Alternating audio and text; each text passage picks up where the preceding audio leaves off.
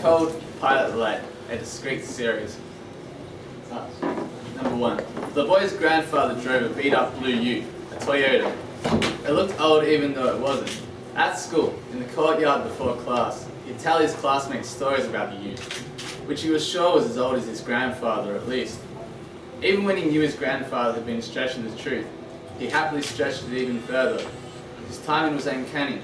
Anytime he stretched the truth so far it was about to snap, the final bell, not the warning or pre-warning bell, would call the boys and girl Genevieve to class, so the stories could never be proven untrue. 2.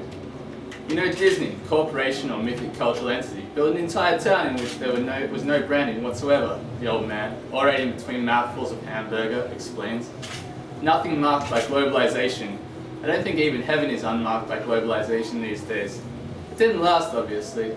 Apparently, Disney found a way to project the internet onto the sky, without breaching the agreement, if there was an agreement. 3. The ute could go 300 kilometers an hour. The boy begins his story and then hits a wall.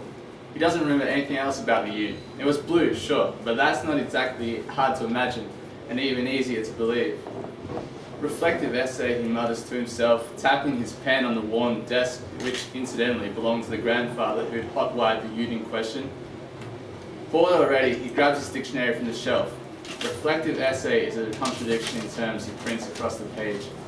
Then into the backyard he goes, through the back gate and down to the street. At a small inner-city pub, a band sets up in the corner of the room where the stage becomes a stage by virtue of people performing on it. 2 patrons of the arts sit at a small table close to the bar. One claims Warhol made melodrama innocuous, that after Warhol, the challenge for audiences wasn't to react to the explosion but to admire the symmetry of violence. The other one offers that if Warhol made melodrama innocuous, then Pynchon made melodrama unbelievable. The band starts playing a droning, noisy jam that bounces into gear, building speed, rattling towards its inevitable implosion. After the song ends, a middle-aged man in high-vis workwear loudly offers his opinion of the track, sort of to his pint and sort of to his drinking buddy, another guy in high-vis, this one some 20 years his junior. That was bloody awful, that was. Those in earshot, which is most of the bar, smile or chuckle nervously. Happy to have an audience, he goes on.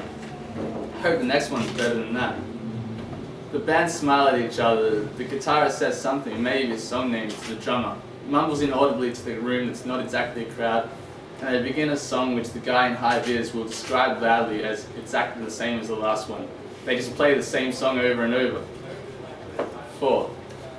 At the school fete, 2 children tie together their ankles on the jumping castle, and the ambulance causes an accident on the way to the scene. A hairy man straight out of the 70s finds a rare 7-inch at the trash and treasure store, marked $3. He hands over a $5 and tells the bored teenage girl to keep the change. The boy watches his uncle drink a slab of Coca-Cola just to win another slab. At the hospital the next day, the uncle, pronounced diabetic by a doctor who was full of shit, tells the 2 children, each with a fibula fractured in a manner almost identical to the other, about how when he was a lab technician, a scientist, he studied people who were so sensitive they could feel the earth turning in the same way that other people feel a car speeding forward. 5. The teenage boy was eating breakfast when his mother told him that the guy who'd bought the ute, a 22-year-old misfit, had wrapped it around a big old eucalyptus tree on a long straight road by the river. Was it an accident? The boy asked, a mouthful of cornflakes. As much of an accident as his whole life, his mother replied, putting the kettle on. The boy glares at her and she sighs. The strange thing is, when he came to inspect the thing, he was so coy, he could hardly even tell me that he had a license so that he could afford the car. Knew he could fix it up though, that much he was sure of. I don't know how it ran, and I don't reckon he could have got it going as fast as your pop did. I don't know if anyone could. He probably would have gone straight through clean through the tree if it was going that fast.